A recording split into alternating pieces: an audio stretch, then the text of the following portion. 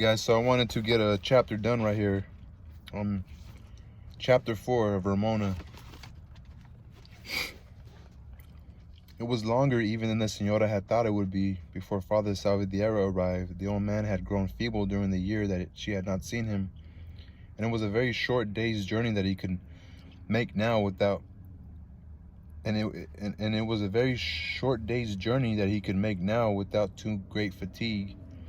It was not only his body that had failed, he had lost heart, and the miles which would have been nothing to him had he walked in the companionship of hopeful and happy thoughts stretched out wearily as he brooded over sad memories and still sadder anticipations, the downfall of the missions, the loss of their vast estates, and the growing power of the ungodly in the land. The final decision of the United States government in regard to the mission lands had been a terrible blow to him. He had devoutly believed that ultimate restoration of these great estates to the church was inevitable, and the long vigils which he always kept when at home at the Franciscan monastery in Santa Barbara, kneeling on the stone pavement in the church and praying ceaselessly from midnight till dawn, he had often had visions vouchsafed, vouchsafed, vouchsafed him of a new dispensation in which the mission establishments should be reinstated in all their old splendor and prosperity, and their Indian converts again numbered by tens of thousands.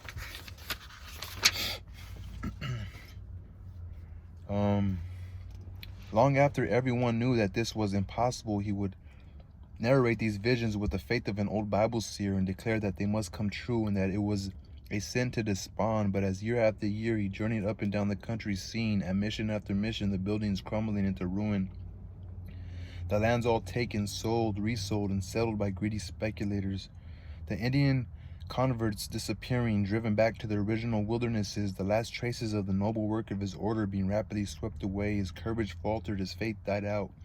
Changes in the manners and customs of his order itself also were giving him deep pain. He was a Franciscan of the same type as Francis of Assisi, to wear a shoe in place of a sandal, to take money in a purse for a journey, above all to lay aside the gray gown and cowl for any sort of secular garment seemed to him wicked. To own comfortable clothes while there were others suffering for want of them, and there were always such, seemed to him a sin for which one might not undeservedly be smitten with sudden and terrible punishment. In vain the brothers again and again supplied him with a warm cloak. He gave it away to the first beggar he met, and as for food, the refectory would have been left bare and the whole brotherhood starving if the supplies had not been carefully hidden and locked so that Father Salvadera could not give them all away. He was fast becoming the most tragic yet often sublime sight, a man who has survived not only his own time but the ideas and ideals of it. Earth holds no sharper loneliness. The bitterness of exile, the anguish of friendlessness at their utmost are in it, and yet it is so much greater than they that even they seem small part of it. It was with thoughts such as these that Father Salvadero drew near the home of the Senora Moreno late in the afternoon of one of those midsummer days of which Southern California has so many in spring.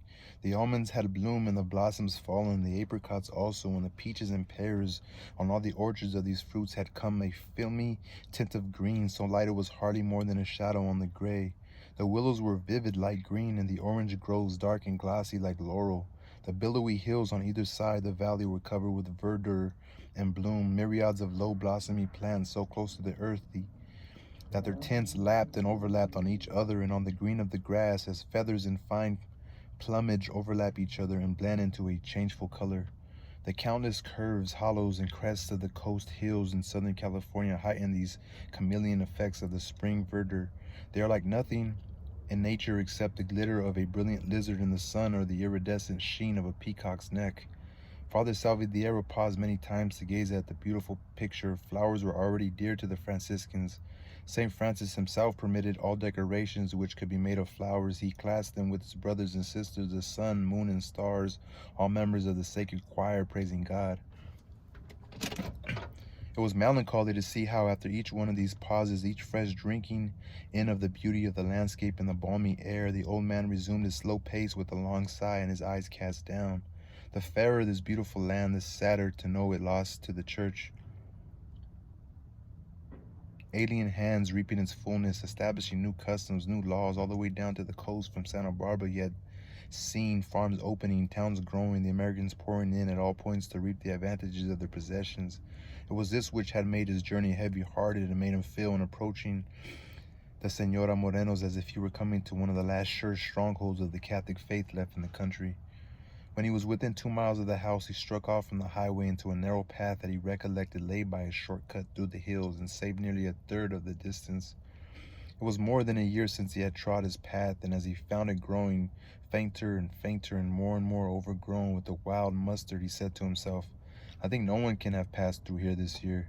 As he proceeded, he found the mustard thicker and thicker. The wild mustard in Southern California is like that spoken of in the New Testament, in the branches of which the birds of the air may rest. Coming up out of the earth, so slender a stem that doesn't confine starting point in an inch, it darts up, a slender straight shoot, 5, 10, 20 feet, with thousands of fine feathery branches locking and interlocking with all the other hundreds around it, till it is an inextricable network like lace. Then it bursts into yellow blooms still finer, more feathery and lace-like. The stems are so infinitesimally small and of so dark a green that at a short distance they do not show, and the and the cloud of blossom seems floating in the air. At times it looks like golden dust with a clear blue sky behind it, as it is often seen. It looks like a golden snowstorm. The plant is a tyrant and nuisance, the terror of the farmer. It takes riotous possession of a whole field in a season, once in, never out. For one plant this year, a million the next, but it is impossible to wish that the land were freed from it. Its gold is as distinct a value to the eye as a nugget gold is in the pocket. Father Salvadierra soon found himself in a veritable thicket of these delicate branches high above his head, and so interlaced that he could make headway only by slowly and patiently disentangling them, as one would disentangle a skein of silk. It was a fantastic sort of dilemma, and not unpleasing, except that the father was in haste to reach his journey's end. He would have enjoyed threading his way through the golden meshes. Suddenly he heard faint notes of singing. He paused, listened. It was the voice of a woman, and was slowly drawing nearer, apparently from the direction in which he was going. At intervals it ceased abruptly, then began again, as if by a sudden but brief interruption, like that made by question and answer. Then peering ahead through the mustard blossoms, he saw them waving and bending, and heard sounds as if they were being broken. Evidently someone entering on the path from the opposite end had been caught in the fragrant thicket as he was. The notes grew clearer, though still low and sweet as the twilight notes of the thrush. The mustard branches waved more and more violently. Light steps were now to be heard. Father Salvadierra stood as one in a dream, his eyes straining forward into the golden mist of blossoms. In a moment more came, distinct and clear to his ear, the beautiful words of the second stanza of St. Francis' inimitable lyric, the Canticle of the Sun. "Praise be to thee, O Lord, for all thy creatures, and especially for our brother, the sun, who illuminates the day, and by his beauty and splendor shadows forth unto us thine."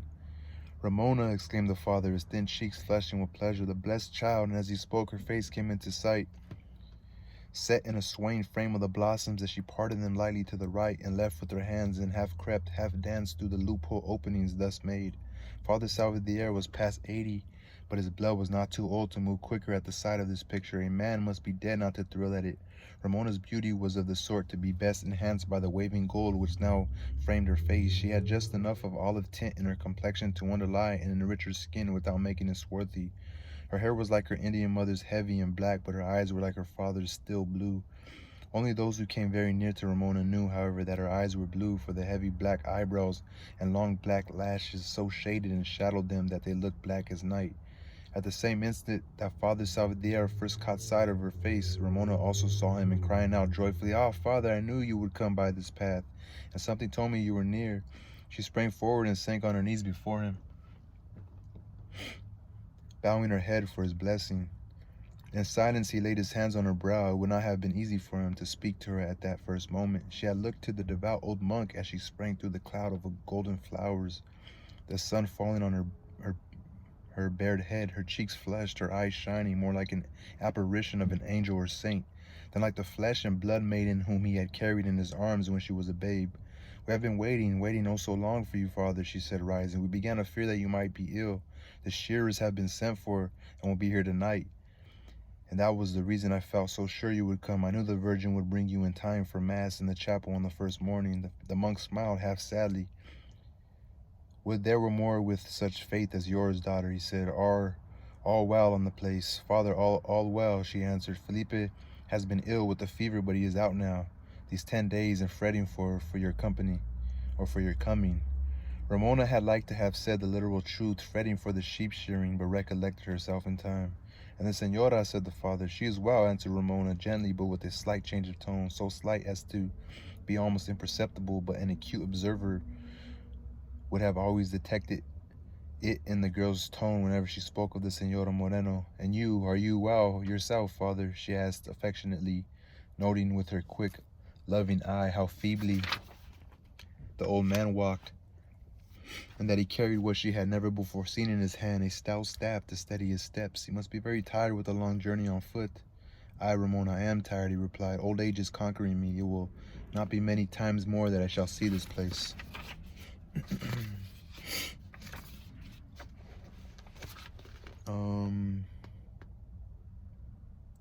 Oh, do not say that, father, cried Ramona. You can ride when it tires you too much to walk. The senora said only the other day that she wished you would let her give you a horse, that it was not right for you to take these long journeys on foot. You know we have hundreds of horses. It is nothing, one horse, she added, seeing the father slowly shake his head. No, he said, it is not that I could not refuse anything at the hands of the senora, but it was a rule of our order to go on foot. We must deny the flesh. Look at our beloved master in this land, Father Junipero, when he was a past 80, walking from San Diego to Monterrey, and all the while a running ulcer in one of his legs, for which most men would have taken a bed to be healed. It is a sinful fashion that is coming in for monks to take their ease doing God's work. I can no longer walk swiftly, but I must walk all the more diligently. While they were talking, they had been slowly moving forward, Ramona slightly in advance, gracefully bending the mustard branches and holding them down till the father had followed in her steps. As they came out from the thicket, she exclaimed, laughing, there is Felipe in the willows. I told him I was coming to meet you, and he laughed at me. Now he will see I was right. Astonished enough, Felipe, hearing voices, looked up and saw Ramona and the father approaching, throwing down the knife with which he had been cutting the willows.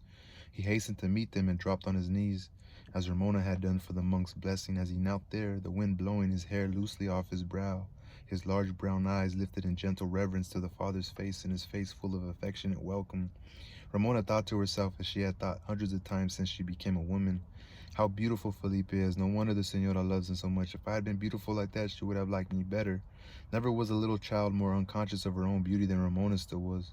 All the admiration which was expressed to her in word and look she took for simple kindness and goodwill. Her face, as she herself saw it in her glass, did not please her.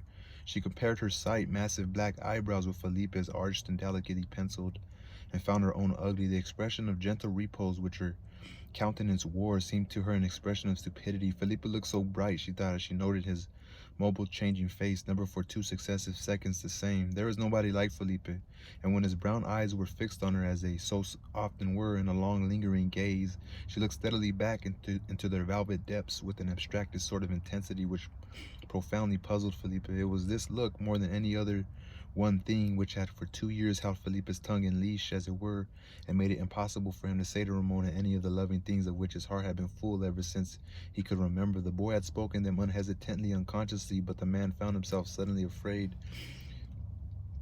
What is it she thinks when she looks into my eyes so? He wondered, if he had known that the thing she was usually thinking was simply, how much handsomer brown eyes are than blue.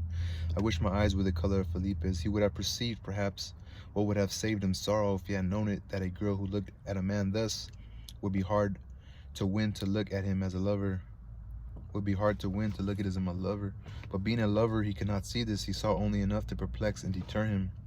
As they drew near the house, Ramona saw Margarita standing at the gate of the garden. She was holding something white in her hands, looking down at it and crying piteously. As she perceived Ramona, she made an eager leap forward and then shrank back again, making dumb signals of distress to her. Her whole attitude was one of misery and entreaty. Margarita was, of all the maids, most beloved by Ramona. Though they were nearly of the same age, it had been Margarita who first had charge of Ramona. The nurse and her charge had played together, grown up together, become women together, and were now, although Margarita never presumed on the relation or forgot to address Ramona as señorita, more like friends than like mistress and maid. Pardon me, father, said Ramona. I see that Margarita there is in trouble. I will leave Felipe to go with you to the house. I will be with you again in a few minutes. And kissing his hand, she flew rather than ran across the field to the foot of the garden. Before she reached the spot, Margarita had dropped on the ground and buried her face in her hands. A mass of crumpled and stained linen lay at her feet. "What is it? What happened, Margarita?" "Mia," cried Ramona in the affectionate Spanish phrase. For answer, Margarita moved one wet hand from her eyes and pointed with a gesture of despair to the crumpled linen. Sobs choked her face as she buried her face again in her hands. Ramona stopped and lifted one corner of the linen, and an involuntary cry of dismay broke from her, at which Margarita's sobs redoubled and she gasped out, "Yes, señorita, it is totally ruined. It can never be mended, and it will be needed for the mass tomorrow morning. When I saw the Father coming by her side, I prayed to the Virgin to let me die. The señora will never forgive me." It was indeed a sorry sight. The white linen altar cloth, the cloth which the Señora Moreno had with her own hands made into one solid front of a beautiful lace of the Mexican fashion by drawing out part of the threads and sewing the remainder into intricate patterns. The cloth which had always been on the altar when Mass was said, since Margarita's and Ramona's earliest recollections, there it lay, torn, stained, as if it had been dragged through muddy brambles. In silence, aghast, Ramona opened it out and held it up. "How did it happen, Margarita?" she whispered, glancing in terror up towards the house. "Oh, that is the worst of it, señorita," sobbed the girl. "That is the worst of it. If it were not for that, I would not be so afraid. If it had happened any other way, the señora might have forgiven me, but she never will. I would rather die than tell her," and she shook from head to foot. "Stop crying, Margarita," said Ramona firmly, "and tell me all about it. It isn't so bad as it looks. I think I can mend it." "Oh, the saints bless you," cried Margarita, looking up for the first time. "Do you really think you can mend it, señorita? If you will mend that lace, I'll go on my knees for you all the rest of my life." Ramona laughed in spite of herself. "You'll serve me better by keeping on your feet," she said merrily, at which Margarita laughed too through her tears. They were both young. "Oh, but señorita," Margarita began again in a tone of anguish, her tears flowing afresh. "There was not time. It must be washed and ironed tonight for the mass tomorrow morning, and I have to help at the supper. Anita and Rosa are both ill in bed, you know, and Maria has gone away for a week. The señora said if the Father came tonight, I must help Mother and must wait on table. It cannot be done. I was just going to iron it now, and I found it, so it was in the artichoke patch, and Capitan, the beast, had been tossing it among the sharp pricks of the old last year's seeds." "In the artichoke patch," ejaculated Ramona. "How under heavens did it get there?" "Well, that was what I meant, señorita, when I said she never would forgive me. She had forbidden me many times to hang anything to dry on the fence there, and if I had only washed it when she first told me 2 days ago, all would have been well, but I forgot it till this afternoon, and there was no sun in the court to dry, and you know how the sun lies on the artichoke patch. And I put a strong cloth over the fence so that the wood should not pierce the lace, and I did not leave it more than half an hour, just while I said a few words to Luigo, and there was no wind, and I believe the saints must have fetched it down to the ground to punish me for my disobedience." Ramona had been all this time carefully smoothing out the torn places. "It is not so bad as it looks," she said. "If it were not for the hurry, there would be no trouble in mending it, but I will do it the best I can so that it will not show for tomorrow. And then after the Father is gone, I can repair it at leisure and make it just as good as new. I think I can mend it and wash it before dark." And she glanced at the sun. "Oh yes, there are a good 3 hours of daylight. Yeah, I can do it. You put irons on the fire to have them hot, to iron it as soon as it is partly dried. You will see it will not show that anything has happened to it." "Will the señora know?" asked poor Margarita, calmed and reassured, but still in mortal terror. Ramona turned her steady glance full on Margarita's face. "You will not be any happier if she were deceived, do you think?" she said gravely. "Oh, señorita, after it is mended, if it really does not show," pleaded the girl, "I will tell her myself." "And not till after it is mended," said Ramona, but she did not smile. "Ah, señorita," said Margarita deprecatingly, "you do not know what it is to have the señora displeased with one." "Nothing can be so bad as to be displeased with oneself," retorted Ramona as she walked swiftly away to her room with the linen rolled up under her arm. Luckily for Margarita's cause, she met no one on the way. The señora had welcomed Father Salvador at the foot of the veranda steps and had immediately closeted herself with him. She had much to say to him, much about which she wished his help and counsel, and much which she wished to learn from him as to affairs in the church and in the country generally. Felipe had gone off at once to find Juan Canito to see if everything were ready for the sheep shearing to begin on the next day. If the shearers arrived in time, and there was very good chance of their coming in by sundown this day, Felipe thought, for he had privately instructed his messenger to make all possible haste and to impress on the Indians the urgent need of their losing no time on the road. It had been a great concession on the señora's part to allow the messenger to be sent off before she had positive intelligence as to the father's movements. But as day after day passed and no news came, even she perceived that it would not do to put off the sheep shearing much longer, or, as Juan Canito said, forever. The father might have fallen ill, And if that were so, it might very easily be weeks before they heard of it. So scanty were the means of communication before the remote places on his route of visitation. The messenger had therefore been sent to summon the Temecula shearers, and the senora had resigned herself to the inevitable, piously praying, however, morning and night, and at odd moments in the day, that the father might arrive before the Indians did. When she saw him coming up the garden walk, leaning on the arm of her Felipe on the afternoon of the very day which was the earliest possible day for the Indians to arrive, it was not strange that she felt, mingled with the joy of her greeting to her long-loved friend and confessor, a triumphant exultation that the saints had heard her prayers. In the kitchen all was bustle and stir. The coming of any guest into the house was a signal for unwanted activities there.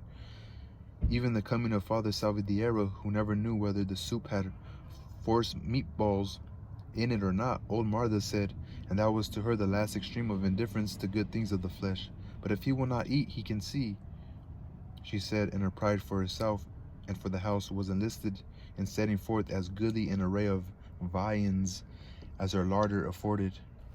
She grew suddenly fastidious over the size and color of the cabbages to go into the beef pot and threw away the whole saucepan full of rice because Margarita had put only one onion instead of two. Have I not told you again and again that for the father it is always 2 onions, she exclaimed. It is the dish he most favors of all, and it is a pity too, old as he is, it makes him no blood. It is good beef he should take now.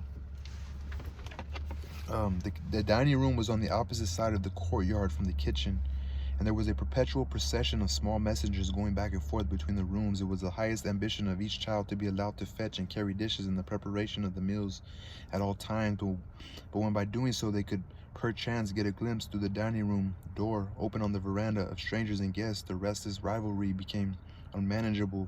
Poor Margarita, between her own private anxieties and her multiplied duties of helping in the kitchen and setting the table, restraining and overseeing her army of infant volunteers, was nearly distraught.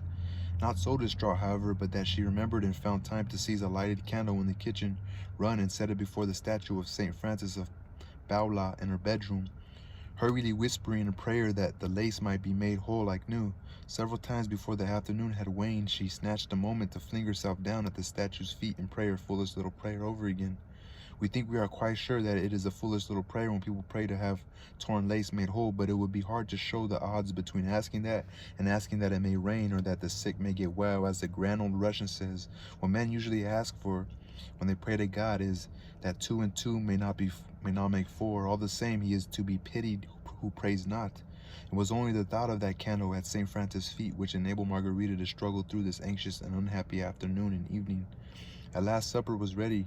A great dish of spiced beef and cabbage in the center of the table, a tureen of thick soup with forced meatballs and red peppers in it, 2 red earthen platters heaped, one with the boiled rice and onions and the other with the delicious frijoles, beans so dear to all Mexican hearts, cut glass dishes filled with hot stewed pears or preserved quinces or grape jelly, plate of frosted cakes of various sorts, and a steaming silver tea kettle from which went up an aroma of tea such as had never been bought or sold in all California.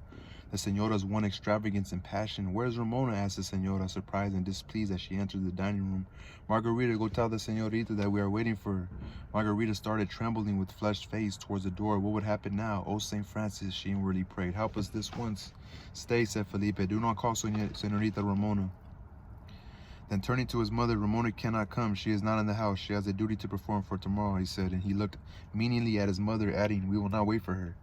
Much bewildered, the señora took her seat at the head of the table in a mechanical way and began, but, Felipe, seeing that questions were to follow, interrupted her. "I have just spoken with her. It is impossible for her to come." And turning to the Father Salvadierra, he at once engaged him in conversation and left the baffled señora to bear her unsatisfied curiosity as best she could. Margarita looked at Felipe with an expression of profound gratitude which he did not observe, and would not in the least have understood, for Ramona had not confided to him any details of the disaster. Seeing him under her window, she had called cautiously to him and said, "Dear Felipe, do you think you can save me from having to come to supper? A dreadful accident has happened to the altar cloth, and I must mend it and wash it, and there is barely time before dark. Don't let them call me. I shall be down at the brook, and they will not find me, and your mother will be displeased." This wise precaution of Ramona's was the salvation of everything so far as the altar cloth was concerned. The rents had proved far less serious than she had feared. The daylight held out till the last of them was skillfully mended, and just as the red beams of the sinking sun came streaming through the willow trees at the foot of the garden, Ramona, darting down the garden, had reached the brook, and kneeling on the grass, she dipped the linen into the water. Her hurried working over the lace and her anxiety had made her cheeks scarlet. As she ran down the garden, her comb had loosened and her hair fallen to her waist. Stopping only to pick up the comb and thrust it into her pocket, she had sped on, as it would soon be too dark for her to use the stains on the linen, or too dark for her to see the stains on the linen, and it was going to be no small trouble to get them out without fraying the lace. Her hair in disorder, her sleeves pinned loosely on her shoulders, her whole face aglow with the earnestness of her task, she bent low over the stones, rinsing the altar cloth up and down in the water, anxiously scanning it, then plunging it in again. The sunset beams played around her hair like a halo. The whole place was aglow with red light, and her face was kindled in transcendent beauty. A sound arrested her attention. She looked up. Forms, dusty black against the fiery western sky, were coming down the valley. It was a band of Indian shearers. They turned to the left and went towards the sheep sheds and booths, but there was one of them that Ramona did not see. He had been standing for some minutes concealed behind a large willow tree a few rods from the place where Ramona was kneeling. It was Alessandro, son of Pablo Assis, captain of the shearing band. Walking slowly along in advance of his men, he had felt a light, as from a mirror held in the sun, smite his eyes. It was a red sunbeam on the glittering water where Ramona knelt. In the same second he saw Ramona, he halted as wild creatures of the forest halt at a sound. Gazed, walked abruptly away from his men, who kept on, not noticing his disappearance. Cautiously he moved a few steps nearer, into the shelter of a gnarled old willow, from behind which he could gaze unperceived on the beautiful vision, for so it seemed to him. As he gazed, his senses seemed leaving him, and unconsciously he spoke aloud, "Christ, what shall I do?"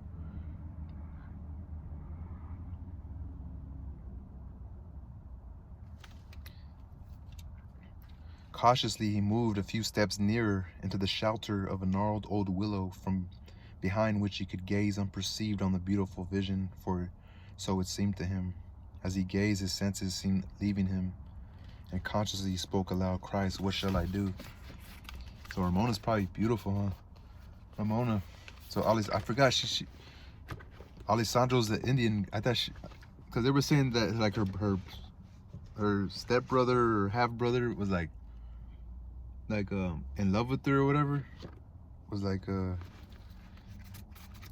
well, you know, he just finds her to be beautiful, but she looks at him like, oh, she just likes his eyes, you know. But she's seen Alessandro, and I forgot Alessandro's the Indian. That's the one she's actually gonna get into some sort of a romantic dispute, you know, because the senora probably doesn't want her to be with that guy. So that was the end of chapter 4, y'all. Peace.